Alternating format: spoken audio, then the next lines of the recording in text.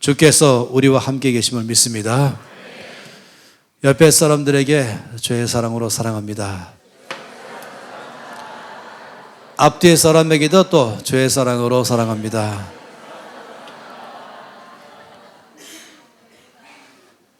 오늘 우리가 함께 읽었던 이 말씀은 사실 아주 중요한 위치에 차지하고 있죠. 신약 전체 성경의 첫 번째 장면을 차지하는 게 바로 오늘 말씀입니다. 신약 그러면은 하나님의 새 언약, 우리 가운데 주신 바 된 놀라운 약속을 말하는 게 신약입니다. 신약이 무엇인가 라고 말할 때는 오늘의 말씀이 그 신약을 잘 설명하고 있습니다. 또 이것은 구약을 끝내고 신약으로 넘어가는 중간 역할도 하는 것입니다. 이 말씀은 사람들의 이름이 쭉 열거되어 있죠. 거의 50명 가까운 사람들의 이름입니다. 이들은 한마디로 말하면 예수님의 조상들입니다. 여기는 1절 말씀처럼 예수 그리스도의 계보라, 예수님의 족보다 라고 말합니다. 하나님께서 온 땅에 구원을 주시기 위해서 주께서 처음부터 예비하신 하나님의 아들 예수 그리스도 메시아를 준비했습니다. 그리고는 그 약속하신 것을 성취하기 위해서 주께서 어떤 사람들을 그 중간에 도구로 사용하시면서 우리 주님을 이 땅에 보내셨는가, 이것을 잘 설명하는 말씀이 바로 오늘의 말씀입니다. 이들은 여러 가지의 곤란도 많이 당하고 환난 속에 있었지만은 주께서 지켜주시면서 주의 약속이 얼마나 신실하게 잘 이루어졌는가를 설명하는 명단이기도 한 것이죠. 예수님이 이 땅에 오게 하신 예수님의 조상들, 또 다르게 말한다면 하나님은 어떤 사람들을 도구로 사용하시면서 우리 주 예수님을 이 땅에 보내셨는가, 이것을 잘 말해주는 이 명단, 이거 참으로 중요하죠. 이 명단을 쭉 보다 보면은 정말 이들 중에 상당히 많은 사람들은 히브리서 11장에 나와 있는 이 믿음의 명예 전당에 그 이름이 올라갈 정도로 참으로 굉장한 사람들입니다. 믿음을 지키면서 주의 말씀에 순종하면서 살아갔던 사람들이 허다하게 이 가운데 있습니다. 그런데 이 말씀을 쭉 보다 보면은 이 한 사람 한 사람의 이름을 보다 보면은 또 이해 못할 만한 사람도 많이 있어요. 어떻게 이런 사람들이 주님의 조상으로 들어갔을까?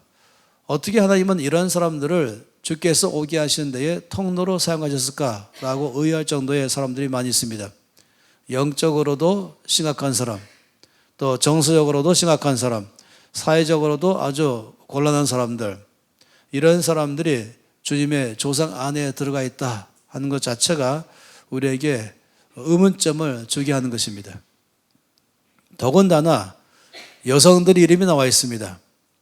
일반적으로 이 전통과 문화에 의한다면 이 족보 안에 당시에 의해서 본다면 여성의 이름이 드러나는 것은 아주 드문 일인 것입니다. 아주 특별하게 인정받거나 또 칭찬받거나 기억할 만한 사람일 경우에 아주 특별하게 명단 속에 들어갈 때가 있습니다. 오늘 말씀 보니까 예수님의 이 조상 가운데에 수많은 여성 가운데서 5명이나 그 이름이 들어가 있습니다. 맨 마지막에 나오는 예수님의 어머니 마리아는 마땅히 그 이름이 명단에 올라갈 만한 그런 여인이죠. 믿음의 사람인 것입니다. 처녀의 몸이지만은 주께서 그를 통하여 메시아를 이 땅에 보내겠다고 말씀할 때에 그는 믿음으로 응답했습니다.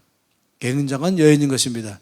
100% 불가능한 가운데서라도 하나님께서 역사하시겠다 말씀하시니 그 앞에 아멘으로 응답하여서 주의 뜻을 이룬 모든 여인들의 롤 모델인 것입니다. 그렇지만은 다른 4명의 여인은 가만히 이들의 신상 명세서를 살펴보면은 이해가 안 되는 사람들이 4명 다인 것이에요. 첫 번째 사람은 3절에 나와 있죠. 다말이라는 여성이 나와 있습니다. 유다는 다말에게서 베레스와 세라라는 쌍둥이 아들로 낳았다라고 말하면서 주님의 조상으로 들어가 있는 것입니다. 그런데 창세의 말씀 보게 되면은 놀라운 것은 유다와 다말은 부부관계가 아니라 시아버지와 며느리 관계였다라고 말한 것입니다. 거기서부터 쌍둥이 아들을 낳았는데 하나님은 이들을 예수님이 땅에 오게 하신 조상 안으로 넣었다는 것을 말씀하고 있어요. 5절 말씀에는 또 라합이라는 여성이 나오죠. 여호수아서에 나오는 것처럼 여리고 성이 완전히 다 무너지고 그 성의 사람이 다 죽었을 때에 그때 살아남은 사람이 라합이죠. 그는 기생이었습니다. 그래서 그는 정말로 하나님께서 그 땅에 역사할 때에 주 앞에 응답했던 여인이죠. 그의 삶은 이전의 삶을 말한다면 정말로 드러내기가 어려운 사람이었습니다. 그런데 이런 사람을 주께서 조상의 한 사람으로 기록하게 하신 것입니다. 또 룻이라는 여인도 나와 있죠. 모압 여인입니다. 이방 여인이죠. 그런데 이 여인도 예수님의 조상으로 들어갔습니다. 또 그 다음 6절 말씀 보면은 이름은 나와 있지 않지만 이름을 다 알만한 여자입니다.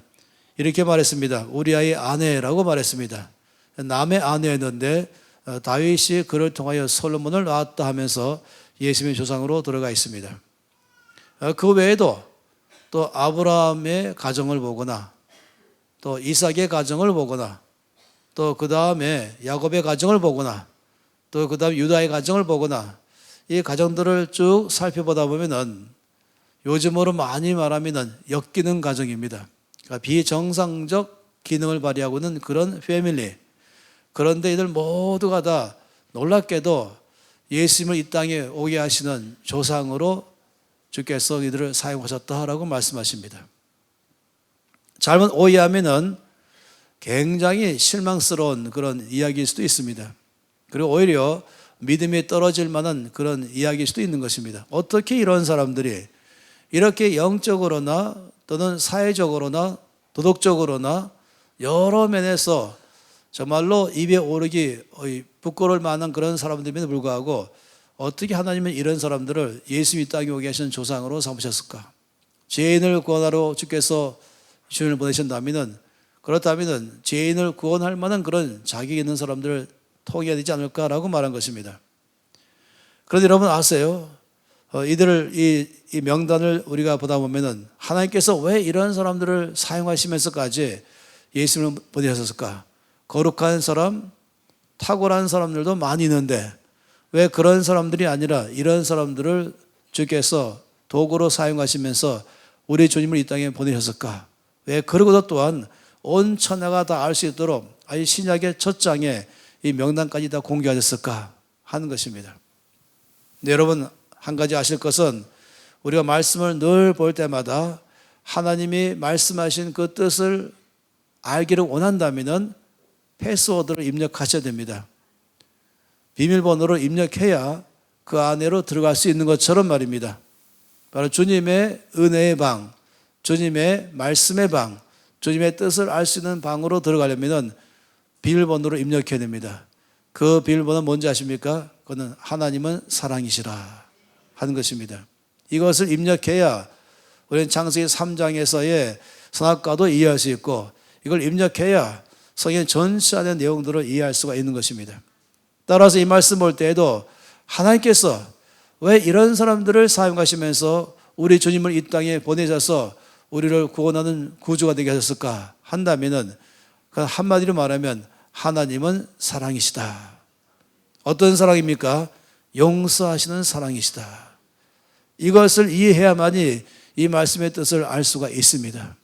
세상에 갖고 있는 사고방식으로 세상에서 늘 살던 그런 이해를 가지고 이 말씀을 본다면 이해가 안 되는 것입니다. 하나님의 생각으로 하나님의 성품으로 하나님 나라의 성격으로 봐야 이해되는 것입니다. 하나님께서 이런 사람들을 도구로 사용하시면서 주의 뜻을 이루실 때에 중요한 사실은 주님은 이 모든 사람들의 죄를 다 용서하셨다 하는 것입니다.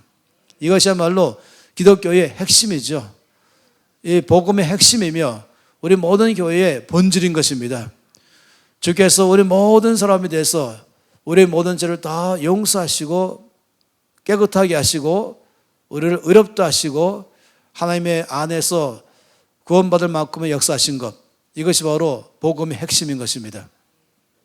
저는 지난번에 2번에 걸쳐서 예수님의 보혈의 능력이 얼마나 놀라운지를 말씀을 드렸습니다. 이건 바로 하나님의 사랑을 잘 말하는 것입니다. 이 사람들을 주께서 사용하셨다 이 말은 하나님께서 이들의 모든 죄와 허물을 다 용서하셨다 이 말씀을 이해해야만이 이 말씀이 이해가 되는 것입니다.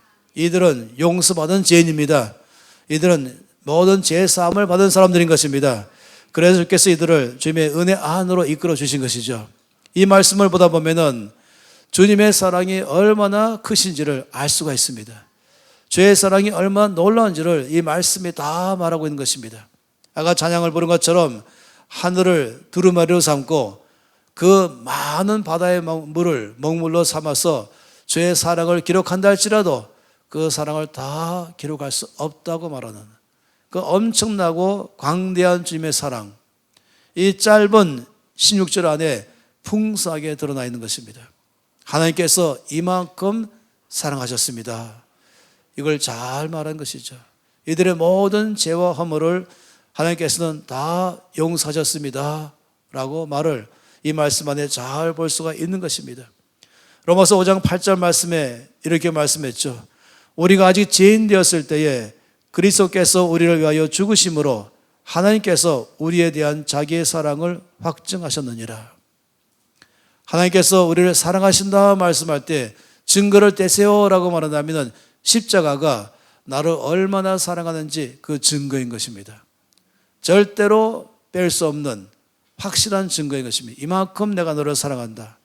우리가 아직 죄인 되었을 때에 주께서 우리의 죄를 대신하여 죽으심으로 우리를 죄로부터 용서받게 하시고 깨끗함을 잊게 하시고 의롭다 하게 하셔서 하나님의 안으로 나올 수 있게 해주신 것, 이 사망에서 생명으로 옮기신 것, 절망에서 소망으로 옮기신 것, 모든 저주를 다 대신 받으시고 하늘의 축복을 우리에게 누리게 하신 것, 이건 바로 십자가의 사건인 것입니다. 그래서 이것이 바로 사랑인 것이죠.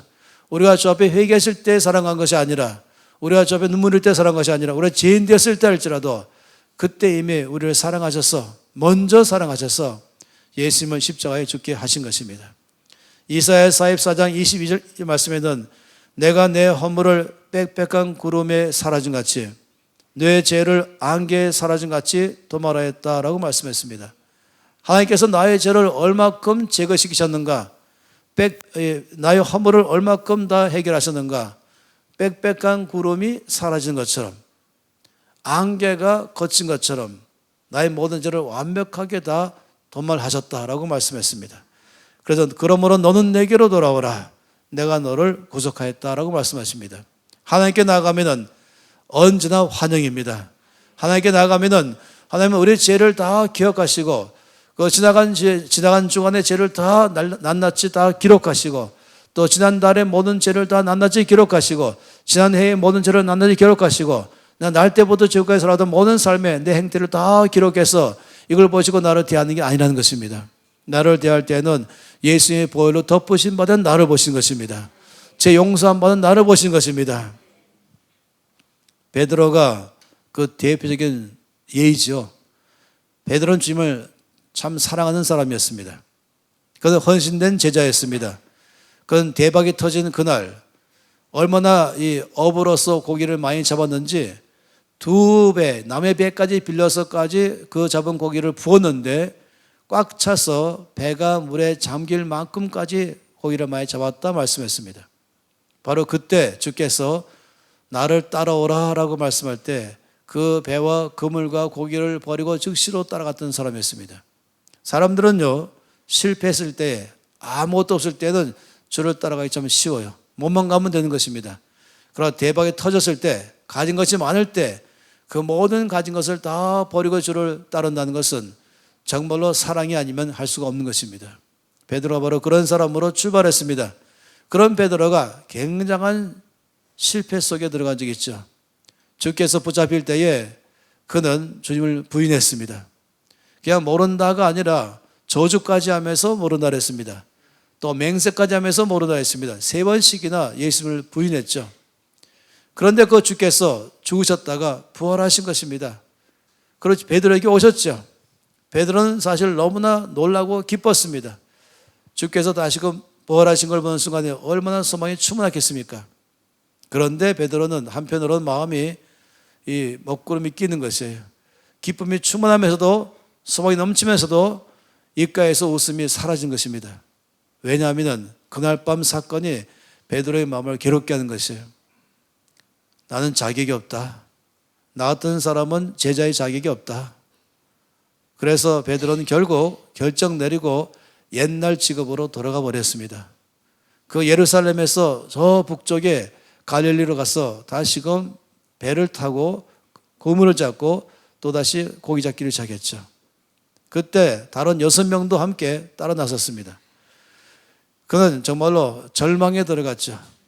그는 자기의 모든 과거의 죄와 허물이 그를 괴롭게 한 것입니다. 그러면서 어느 날 밤새도록 또 고기를 잡으려고 애를 썼지만은 한 마리도 잡지 못하고 날이 새어버렸습니다. 점점 이제 날이 새어가면서 사람의 얼굴을 알아볼 만한 그런 상황이 왔을 때에 바로 거기에 해변가에 주님께서 오신 것입니다. 그리고는 고기를 많이 잡았냐라고 주께서 그들에게 외쳤죠.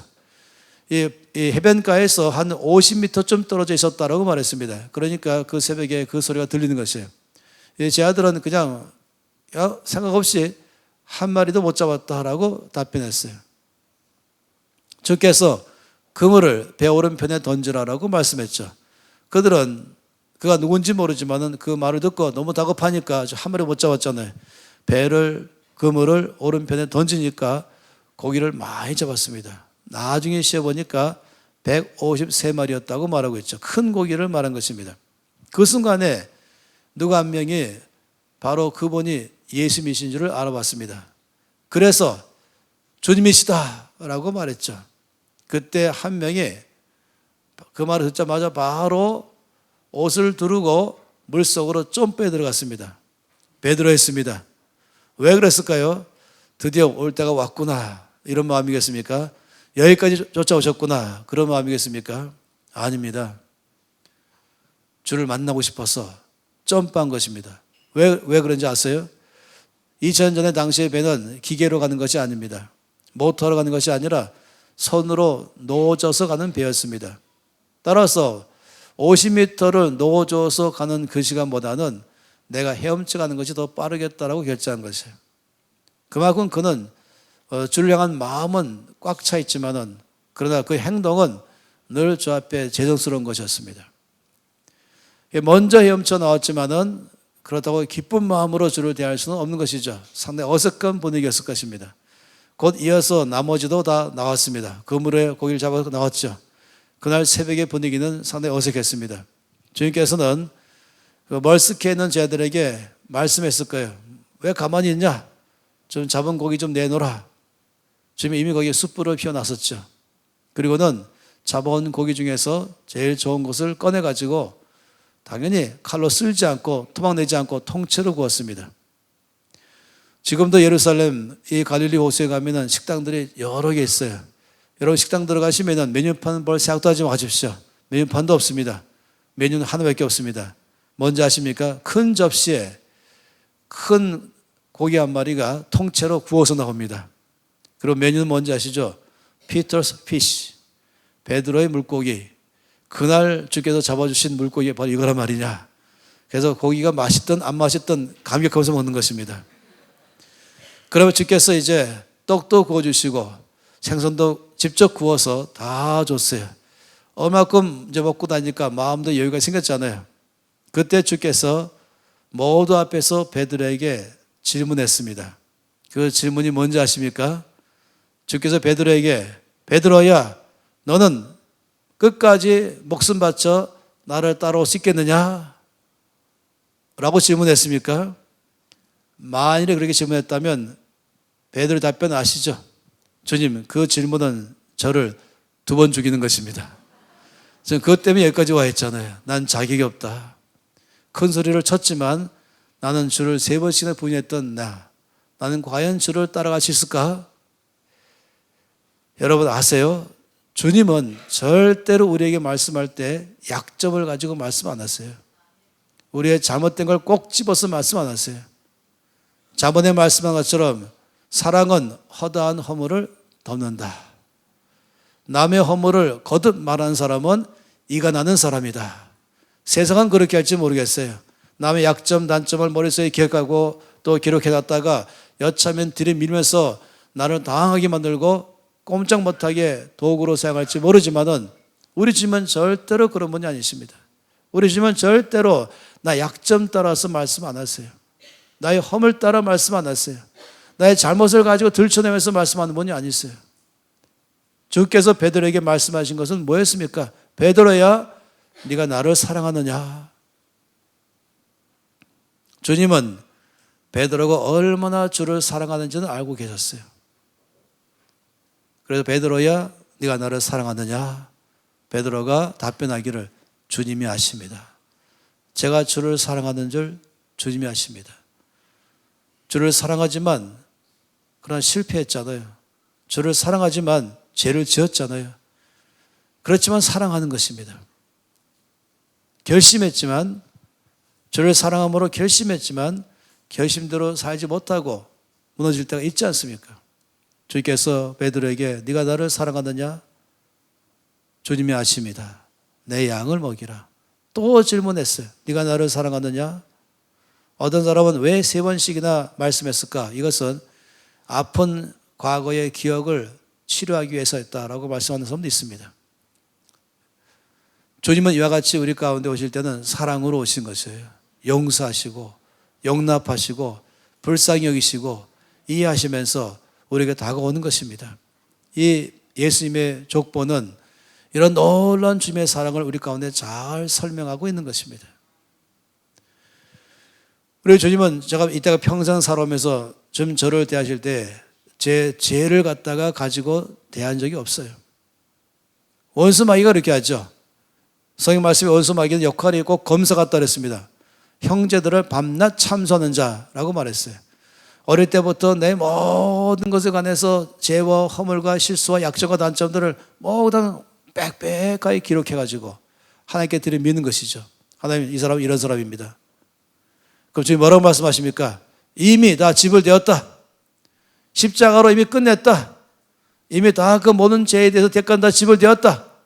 그러면 이 사람은 더 이상 죄 없다라고 말씀하실 것입니다. 만약 여러분에게도 원수마귀가 나의 모든 과거의 죄를 가지고 들이밀 때에는 이건 사실이잖아요. 역사적 사실이잖아요. 이거는 부인할 수는 없는 것이죠. 증거를 가지고 제시할지 모르겠습니다. 그때 여러분 끌려가시면 안 되죠. 그다음에 담대하고 단호하게 말씀하셔야 됩니다. 이미 십자가에서 주께서 대신 다 집을 하셨다. 이미 끝났다라고 말하는 것입니다. 이것이 바로 믿음이죠. 믿음으로 의롭다 하심을 입는 것입니다. 주 앞에 갈 때마다 기억하세요. 주님은 십자가에서 이미 나의 모든 죄를 다 지불하심을 가지고 나를 대하신 것입니다. 우리가 과거에 어떤 사람이든 상관없이 이미 예수께서 대신 다 지불해서 우리는 제사함을 받은 사람입니다. 우리는 용서함을 받은 사람이고 깨끗함을 입은 사람인 것입니다. 믿음으로 의롭다함을 입은 사람인 것입니다. 마지상가대의 가운을 다 입었을 때에 그 안에 옷이 어떤 옷인 상관하지 않고 예수의 별로 다 덮었기 때문에 우리는 죄와 허물이 다 용서받았고 해결되었고 죄의 사함을 받은 사람들입니다. 의로워진 사람들인 것입니다. 사랑으로 대하는 것이죠. 우리는 주 앞에 갈 때마다 이 엄청나고 놀라운 사랑에 감격하면서 나갑니다. 주일날도 나올 때마다도 이 큰 사랑을 감격하면서 나오는 것이에요. 나의 모든 죄를 주께서 기억하실까 하는 그런 두려움으로 나오는 것이 아니라 난 자에게 있냐 없냐 하면서 머뭇거려 나오는 것이 아니라 이미 나의 모든 죄를 십자가에서 다 해결하신 하나님의 놀라운 사랑을 기억하며 감사하며 감격하며 나오는 것이에요. 찬양하며 나오는 것이에요. 그래서 우리는 주 앞에서 주님 감사합니다. 십자가에서 나의 모든 죄를 다 대신 지불하심을 감사합니다. 나의 모든 사망을 다 면하게 하셔서 생명 주신 걸 감사합니다. 이것이 바로 우리 믿음의 출발인 것입니다.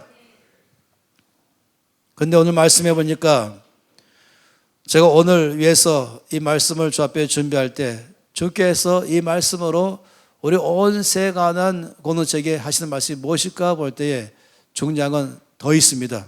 그건 뭐냐면은 그러면 이 놀라운 하나님의 사랑으로 말미암아 은혜를 크게 입은 우리들은 그러면 서로 성도들을 어떻게 대할 것인가? 다른 사람을 어떻게 대할 것인가? 이 교회 공동체 안에 있으면서 내가 큰 은혜를 입은 나는, 그 큰 사랑을 입은 나는 그럼 내 형제들은 어떻게 대할 것인가 하는 것이었습니다. 그것은 바로 사랑인 것이죠. 하나님께 사랑을 받은 나는 형제를 향해서도 또한 사랑을 주는 나인 것입니다. 나는 사랑을 받았고 또 나는 사랑을 주는 자인 것입니다. 이 마태복음 1장의 메시지는 하나님의 사랑이 얼마나 놀랍고 크신가를 말씀하지만 또 한 가지는 이런 놀라운 사랑을 입은 온 교회 공동체는 어떻게 사람들을 서로 사랑하는가를 잘 말씀하는 것이 이 말씀의 메시지인 것입니다. 여러분, 요한일서 4장 7절 8절 말씀 보면은 사랑하는 자들아 우리가 서로 사랑하자. 사랑은 하나님께 속한 것이니 사랑하는 자마다 하나님으로부터 나서 하나님을 알고 사랑하지 아니하는 자는 하나님을 알지 못하나니 이는 하나님은 사랑이심이라. 이 놀라운 사랑을 입었다면 그러면 서로 사랑하는 것입니다. 사도 요한을 통해서 하나님은 몇 권의 성경책을 기록하게 하셨죠. 대표적인 것은 바로 요한복음입니다. 요한복음의 중심은 하나님이 세상을 이처럼 사랑하사 독생자를 주셨다. 이것이 중심입니다. 근데 요한 1서가 있습니다. 요한 1서는 이 놀라운 하나님의 사랑을 입은 온 형제들아 서로 사랑하라. 요한복음은 수직적 사랑을 말한 것이 하나님이 나를 향한 사랑. 근데 요한 1서는 수평적 사랑을 말한 것입니다. 형제를 서로 사랑하는 것을 말한 것입니다. 이 놀라운 사랑을 경험한 사람들은 당연히 형제들을 서로 사랑하는 것이죠.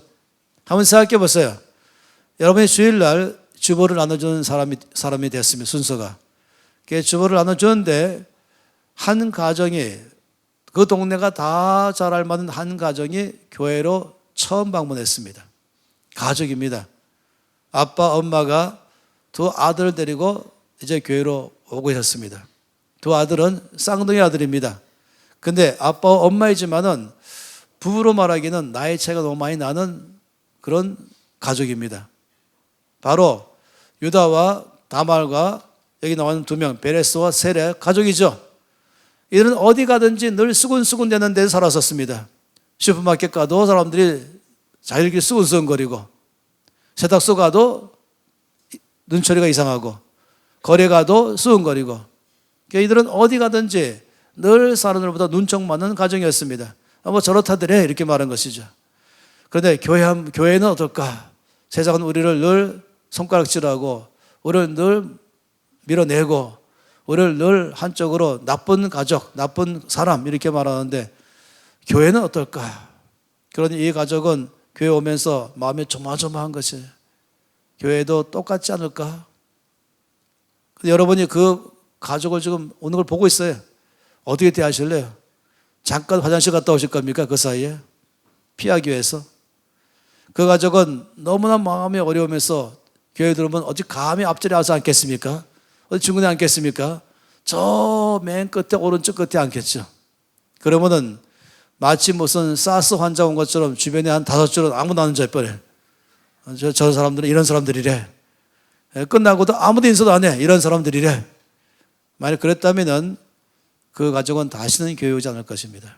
교회나 세상이나 똑같구나 할 것입니다. 그러나 이 마태복음 1장 말씀 안에 보니까 그 가족이 교회에 들어온다면 우리는 하나님이 나를 얼마큼 사랑하시는지를 알고 더 하나님이 그들을 얼마큼 사랑하시는지 알고 내가 그 하나님이 그들을 얼마큼 사랑하는지에 대해서 내가 정말 통로로서 도구로서 보여줘야 되겠다. 가서 기쁘게 아이들을 안아주고 그리고 그 두 아빠와 엄마를 안아주고 환영해주고 웃으면서 친절히 안내해주고 그리고는 중간에 앉히게 한 다음에 가장 믿음이 좋은 성도들을 옆에 붙여서 함께 있게 해주고 끝나면 바로 모시고 식당 가서 제일 좋은 자리에 앉히게 한 다음에는 성도들이 와서 따뜻하게 환영해주고 기뻐해주고 사랑해주고 그렇게 한다면 그렇다면 이것이 바로 교회인 것입니다. 교회는 이것이 교회의 모습이죠.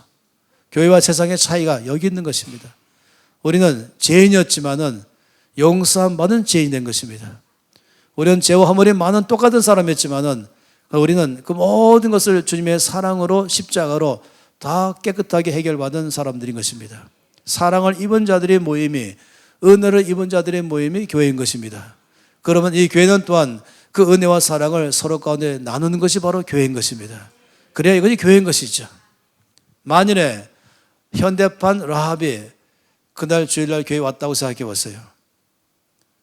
옷을 아주 야하게 입고 있고 머리는 일곱 가지 색깔을 물감 누리고 있고 입술은 너무 새빨갛게 칠하고 있고 껌을 딱딱 씌우면서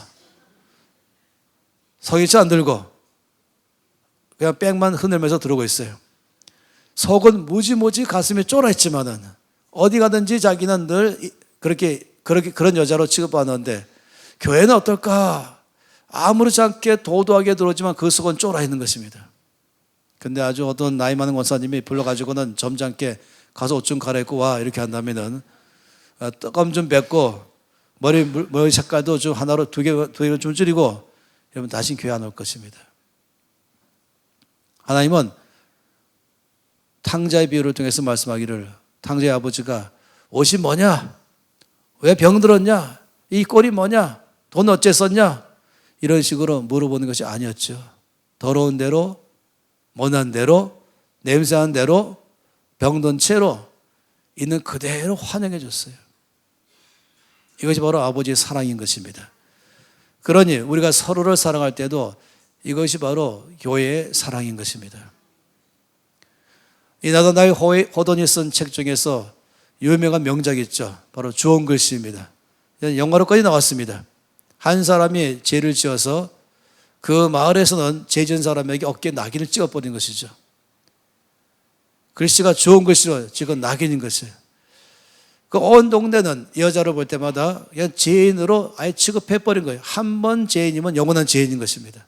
일단 죄를 지었기 때문에 그냥 죄인 된 여자, 마켓 가도 죄인, 어디 가도 죄인, 다 뒤에서 쓰은거리는 죄인인 것이에요. 여자가 그 마을에 도저히 살지 못해가지고 자기를 전혀 알지 못한 다른 마을로 이사 갔습니다. 그럼 항상 여자는 그 낙인이 보이지 않도록 늘 목까지 올라오는 긴 옷을 입고 살았죠. 그리고 선행을 하면서 착하게 살면서 인정받고 칭찬받는 그런 여인으로 알려졌습니다. 그러다 어느 날 우연히 그 어깨 낙인이 사람의 눈에 발견된 것입니다. 그때부터 온 동네는 이 여자를 대하는 게 싹 달라져 버렸어요. 과거에 지었던 그 죄로 돌아가 버린 것이에요. 모든 선행, 모든 착함 다 끝나버렸어요. 수근거리고 비방하고 차가운 눈치로 대하고 이게 좋은 것이죠. 이 세상이죠. 한 번 죄인이면 끝까지 죄인으로 가는 것이에요. 그러나 교회는 그렇지 않습니다. 이 마태복음 1장은 그게 아닌 것입니다. 용서함 받는 것입니다. 주께서 기억지도 아니하셨다고 말씀했습니다. 이게 바로 주님의 사랑이요 은혜이죠. 교회는 달라야 됩니다. 새 가나안 교회 공동체는 달라야 되는 것입니다. 세상과는 다른 것입니다. 세상과는 다른 기준 속에 살고 있습니다. 우리는 용서받은 우리들로 모여 있습니다. 사랑받은 우리들입니다. 은혜를 입은 우리들입니다. 하나님 나를 얼마큼 사랑하시는지, 얼마큼 용서하시는지를 경험한 우리들인 것입니다. 그럼 우리는 또한 서로를 대할 때 그 사랑으로 대해야 되는 것이죠. 적어도 교회 안에서만큼은 용서가 있어야 됩니다. 적어도 교회 안에서만큼은 용납이 있어야 되는 것이에요. 교회 안에는 비방이 아니라 격려와 칭찬이죠. 누가 약하면, 누가 잘못했으면 말거리 삼아서, 비방거리 삼아서 수군거리는 것이 아니라 위에서 기도하고 눈물로 기도하고 안아주고 함께 싸워나가면서 저 앞에 똑바로 설 수 있도록 돕는 것이 바로 교회인 것이죠. 할렐루야. 저는 여러분이 그동안도 잘 해오신 줄 알고 있습니다. 여러분이 잘못해서 말씀드린 것이 아니라 잘하는 것을 더 잘하기를 바라는 것입니다. 정말로 새 가나안 교회 공동체는 사랑으로 충분하기를 바랍니다. 이 마태복음 1장 말씀이 바로 우리 안에 있기를 바라는 것입니다. 적어도 우리 안에는 과거가 형편없고 저 부끄러운 사람이었다 할지라도 하나님의 큰 사랑 안에 변화된 공동체인 것이에요. 우리는 서로를 대할 때도 이런 사람이었대 하는 것이 아니라 주님의 용서함 받은 사랑받고 은혜 받은 바로 형제와 자매인 것입니다. 이것이 우리 온 교회 안에 있는 것이죠. 이 안에는 따뜻함이 충만합니다. 이 안에는 웃음이 넘칩니다. 이 안에는 사랑이 충만한 것입니다. 여기 손가락질이 없습니다. 여기 안아주는 것이 있는 것이죠. 남의 잘못을 비방하고 수군거리는 것이 교회 아닌 것이에요. 교회는 늘 선한 말하고 늘 남을 격려하고 남을 위로하는 것이 꽉 찬 것이 바로 교회인 것입니다. 우리 교회가 그런 교회인 줄 믿습니다. 그렇다면 주께서 이 교회 가운데 은혜를 더 부으셔서 이 주변에 많은 사랑에 목말라 있는 사람들에게 주의 사랑을 경험하도록 우리를 쓰실 줄 믿습니다. 이 세상은 잘난 척할지 모르지만, 돈 자랑할지 모르지만, 사실은 근본적으로 어떤 것으로 해결할 수 없는 아주 목마른 게 하나 있는데, 그건 사랑이 목말라 있습니다. 이것이 바로 교회 안에 올 때에 하나님의 사랑을 여기서부터 경험해야 되는 것입니다. 우리 교회는 바로 그런 교회로 앞으로도 넘치기를 바랍니다. 이 안에는 사장도 없습니다. 이 안에는 환경미화원도 없습니다. 이 안에는 형제와 자매밖에 없습니다. 바로 하나님의 가족밖에 없는 것입니다. 이 안에는 모두가 다 사랑받는 형제요 또 사랑스러운 자매인 것입니다. 그래서 앞으로 늘 서로 볼 때 웃고 안아주고 웃으며, 너 약하면 격려해주고 위로하고 도와주고 함께 나아가는 일, 이것이 바로 온 교회가 해야 될 마땅한 일인 것입니다. 이 마태복음 1장 말씀은 하나님의 사랑의 넘침을 말해주고, 모든 것 용서받고 회복된 것을 말해주고, 더 나아가서 사랑이 넘치는 교회 공동체를 말하고 있습니다.